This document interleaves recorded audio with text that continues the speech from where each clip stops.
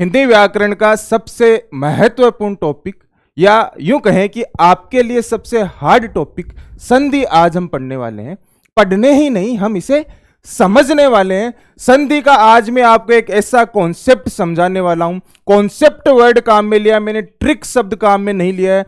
Trick बनावटी हो सकती है लेकिन कॉन्सेप्ट वास्तविकता होती है। संधि क्यों नहीं समझ में आती है, संधि को समझने के लिए क्या करना चाहिए, केवल एक कॉन्सेप्ट है, 10 मिनट के अंदर अंदर समझाने वाला हूं। उसके बाद में आप कहेंगे कि सर संधि जैसा आसान कुछ नहीं है।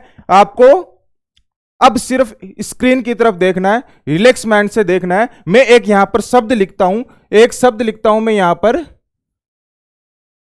आगमन। आगमन एक शब्द यहां पर आप देख रहे हैं, आगमन शब्द लिखा मैंने।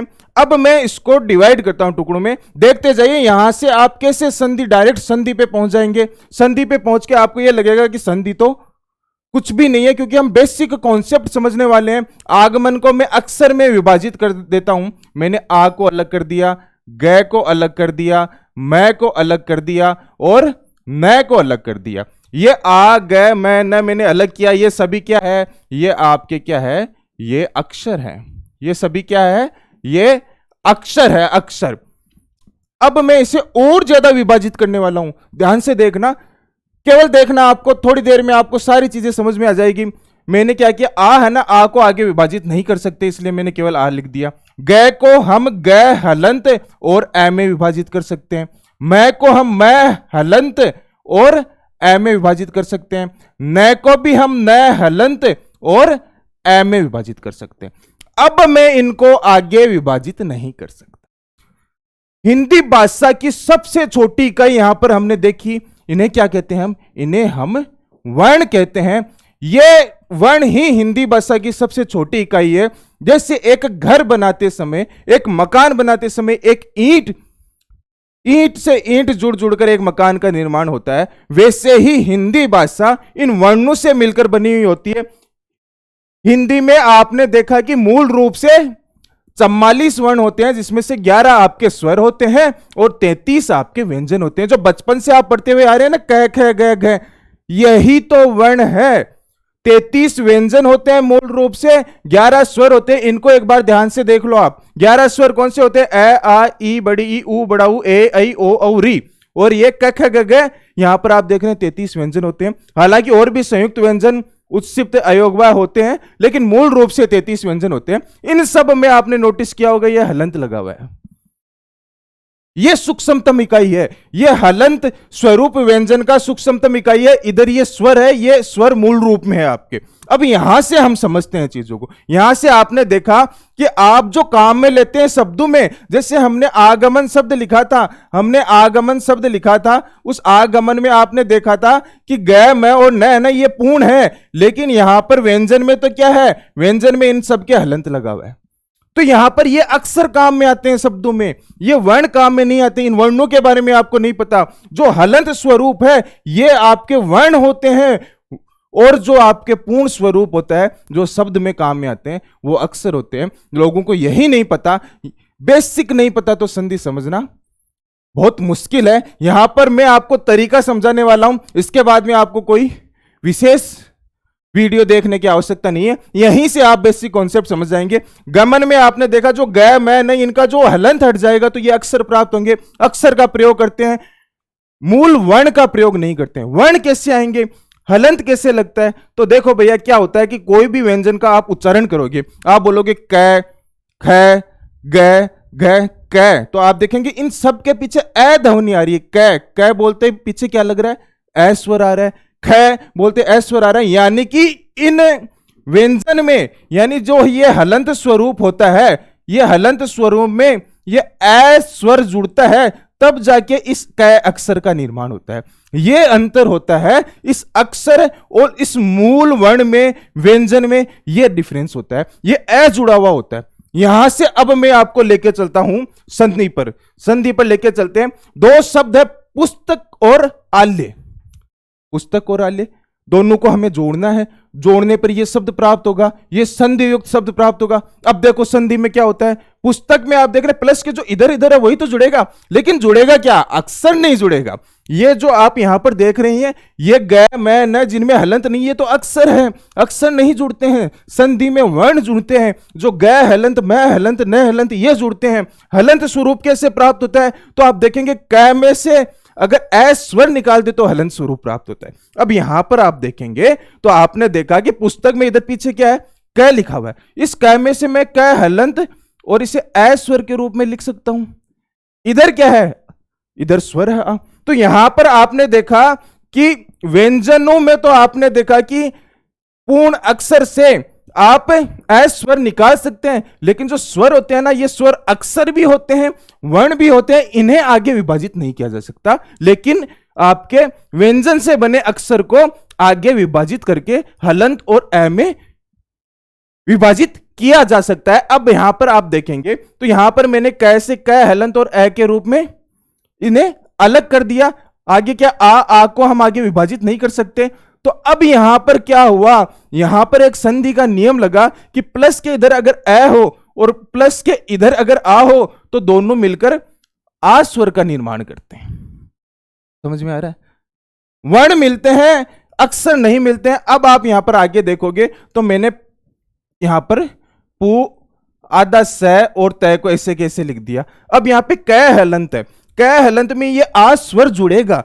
क हलंत में जब ये आ स्वर जुड़ेगा तो आ की मात्रा के रूप में जुड़ेगा ना, तो आ की मात्रा लगाओ आप कह के, तो ये का अक्षर का निर्माण होगा।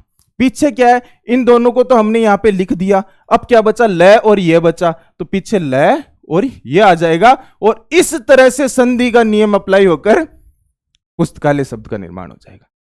तो संधि का नियम कब अप्लाई हुआ, कैसे अप्लाई हुआ, जब आपको पता चला अक्षर और वर्ण में क्या अंतर है। अक्षर नहीं जुड़ते हैं, वर्ण जुड़ते हैं। वर्ण का निर्माण कैसे होता है ये हमने देखा। तो संधि की परिभाषा अब आप देखो, संधि की परिभाषा अब आप देखेंगे तब यहां पर क्या लिखा है, जब दो वर्ण आपस में मिलते हैं एवं उनके मिलने से शब्द के उच्चारण एवं लेखन में परिवर्तन हो जाता है। अभी हमने दो वर्णों को मिलाया, हलंत स्वरूप में विभाजित करके स्वर को इधर अलग निकाला, इधर भी स्वर प्राप्त हुआ। ऐसे तो आपको पता ही नहीं चलता कि क में आ जुड़ रहा है, फिर आपने देखा क में आ नहीं जुड़ रहा है। जब आपको पता चला कि क तो अक्षर है, क अक्षर को हम क हलंत और ए में विभाजित कर सकते हैं, और प्लस के इधर वास्तव में आपने देखा तो ए है और प्लस के इधर आ है, तो दो स्वर जुड़े हैं, तो स्वर संधि का नियम लगा है। यह सब आपको कैसे पता चला, जब आपको पता चला कि अक्षर और वर्ण में क्या अंतर है। क अक्षर में ए स्वर छुपा होता है, हर एक व्यंजन में, हर एक व्यंजन से बने अक्षर में ए स्वर छुपा होता है। वहां से आपने क्लियर किया, परिभाषा समझ में आई आपको। जब दो वर्ण मिलते हैं, यहां पे आपने देखा कि क हलंत और ए में ए और आ ये दो वर्ण हैं, स्वर भी वर्ण होते हैं, व्यंजन भी वर्ण होते हैं, ये दो वर्ण मिल रहे हैं। इन दो वर्णों के मिलने से क्या हुआ, शब्द के उच्चारण और लेखन में परिवर्तन हुआ। कैसे हुआ, यहां पर आप इसे सीधे तरीके से देखिए। पुस्तक और आल्य को मैंने एक साथ लिख दिया, यहां पर इन दोनों के स्थान पर क्या आ गया, का आ गया। तो यहां पर लेखन में परिवर्तन हुआ ना, क और आ के स्थान पर कहा गया, तो लेखन में परिवर्तन हुआ। पुस्तक आल्य को उच्चारित करोगे तो क्या करोगे, पुस्तकालय। पुस्तक आल्य को पुस्तकालय उच्चारित करोगे तो उच्चारण एवं लेखन में परिवर्तन हुआ। क्यों हुआ, जब दो वर्ण मिले, दो वर्णों के मिलने से जब उच्चारण एवं लेखन में परिवर्तन होता है, विकार उत्पन्न होता है, तो उसे ही हम संधि कहते हैं। समझ में आई। फिर से देखते हैं, अब हम मात्राओं का प्रयोग सीखते हैं। यहां पर तो आपने देख लिया कि जितने भी व्यंजन हैं, सभी व्यंजन होते हैं वो हलंत स्वरूप में होते हैं, और इनमें ए स्वर जुड़ता है तो अक्षर प्राप्त होते हैं, इनके अक्षर स्वरूप प्राप्त होते हैं।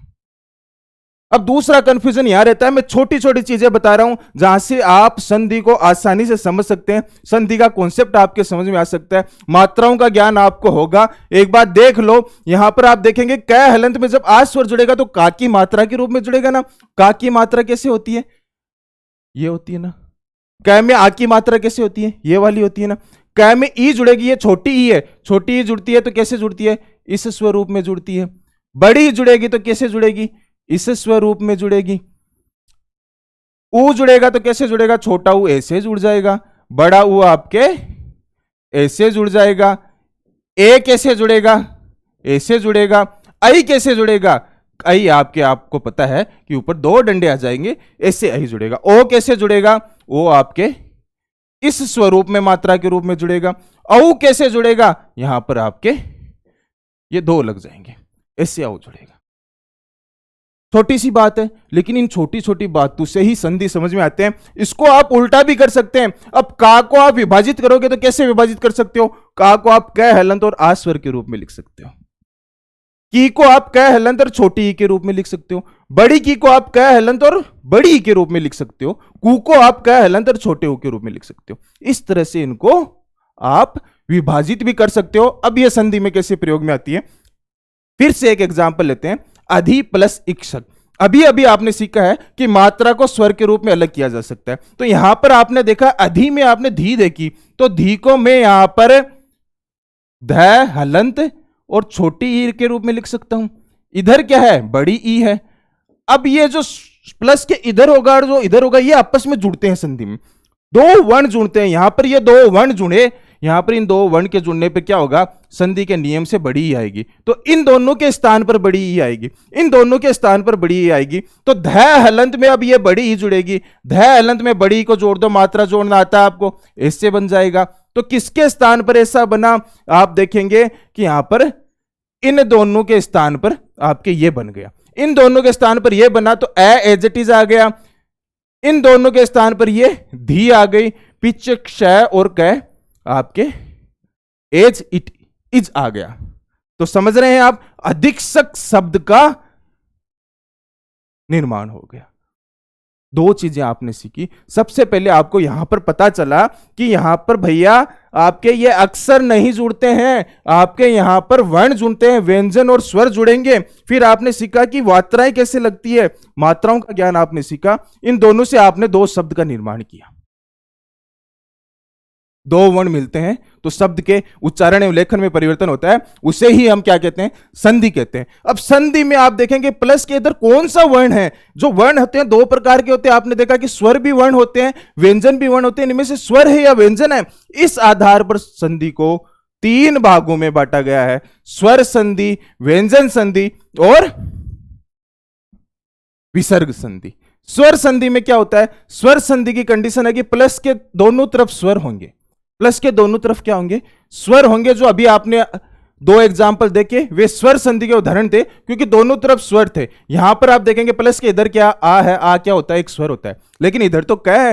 लेकिन अभी आपने सीखा कि क तो सर अक्षर है, अक्षर को तो हम वर्ण में विभाजित करेंगे ना, तभी तो पता चलेगा। तो क अक्षर को आपने तोड़ा तो क हलंत और ए स्वर प्राप्त हुआ।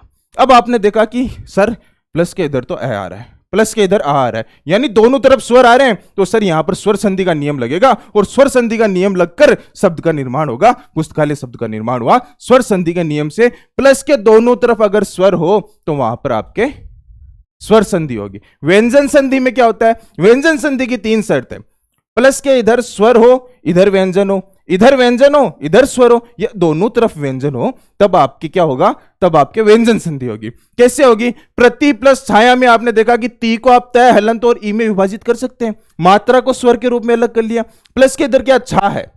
अब छा को आप किस में विभाजित करेंगे? सर छा अक्षर है जिसे हम छ हलंत और ये जो आ की मात्रा इसे आ स्वर के रूप में अलग कर सकते हैं। तब आपने देखा कि प्लस के इधर क्या है? स्वर है। प्लस के इधर क्या? छह हलंत। छह हलंत क्या होते हैं? हलंत स्वरूप क्या होते हैं? यहां पर आपने देखा कि हलंत स्वरूप तो सर व्यंजन होते हैं, व्यंजन होते हैं। तो आपने यहां पर क्या देखा कि प्लस के इधर तो स्वर है और प्लस के इधर व्यंजन है, प्लस के इधर स्वर है, प्लस के इधर व्यंजन है, तो कौन सी संधि होगी? व्यंजन संधि होगी। ऐसे ही व्यंजन प्लस स्वर हो, यहां पे आप देख रहे हैं दिक प्लस अंबर, हलंत स्वरूप में व्यंजन है, इधर स्वर है, व्यंजन प्लस स्वर होगा तो व्यंजन संधि का नियम लगेगा और दिगंबर शब्द का निर्माण होगा। व्यंजन प्लस व्यंजन हो तो यहां पर आप देख रहे हैं सत में क्या है? तय हलंत अर्थात व्यंजन है। भा को कैसे लिख सकते हैं आप? भा को आप भा अक्षर को आप वर्ण में विभाजित करोगे तो यहां पर व्यंजन में प्राप्त होगा आपको भय हलंत, और यहां पर आपने आ की मात्रा को आज स्वर के रूप में अलग लिख लिया। प्लस के इधर भय हलंत है, प्लस के इधर तय हलंत है, दोनों तरफ व्यंजन है, तो यहां पर ये आपके व्यंजन संधि हो गई। ऐसे ही आप देखेंगे विसर्ग संधि में क्या होता है? विसर्ग संधि में आप देखेंगे, विसर्ग संधि में क्या होगा भैया? विसर्ग संधि में आप देखो तो विसर्ग संधि में आप देखेंगे कि एक तरफ विसर्ग आ रहा है, एक तरफ क्या आ रहा है? एक तरफ आपके विसर्ग आ रहा है और विसर्ग के बाद में अगर कोई स्वर हो या व्यंजन हो तो वहां पर आपके क्या होगी, वहां पर आपके विसर्ग संधि होगी। इधर आपने विसर्ग देख लिया, अब विसर्ग के बाद में अगर स्वर आ रहा है, विसर्ग के बाद में अगर व्यंजन आ रहा है, व्यंजन के सिवा दय को आप दय हलंत और ए स्वर में विभाजित कर सकते हैं। तो यहां पर देख रहे हैं व्यंजन आ रहा है, तो व्यंजन और स्वर आए विसर्ग के बाद में, प्लस के इधर विसर्ग आए, प्लस के इधर स्वर आए, प्लस के इधर व्यंजन आए, तो वहां पर आपके विसर्ग संधि होगी। यह है कॉन्सेप्ट संधि का। संधि समझने के लिए आपको अक्षर और वर्ण में अंतर समझना होगा। यहां पर आज हमने संधि की परिभाषा समझी है और संधि में नियम कैसे लगते हैं, प्लस के इधर वर्ण कौन सा है इसका पता कैसे करें, यह आज हमने इस कॉन्सेप्ट को सीखा है। इस कॉन्सेप्ट को ध्यान में रखते हुए आगे के वीडियोज में हम हर एक संधि को आगे के वीडियोज में हम एक एक वीडियो के माध्यम से समझने वाले हैं। स्वर संधि के आपने प्रकार देखे हैं। स्वर संधि में दीर्घ संधि, गुण संधि, यण संधि, वृद्धि संधि, अयादि संधि, फिर व्यंजन संधि आएगी, विसर्ग संधि आएगी। हर एक नियम को अब आपने कॉन्सेप्ट समझ लिया, अब नियम कैसे लगेंगे। स्वर संधि में जैसे ए और आ मिलकर आ का निर्माण करेंगे, दो ई मिलकर बड़ी ई का निर्माण करेंगे, ये नियम समझेंगे हम इस कॉन्सेप्ट से। तो आगे के वीडियोज काफी इंटरेस्टिंग होने वाले हैं। संधि पूरा टॉपिक में यहां पर आपको क्लियर करवाऊंगा। आगे के वीडियोस देखने के लिए, चैनल से जुड़े रहने के लिए चैनल को सब्सक्राइब जरूर कीजिए। धन्यवाद।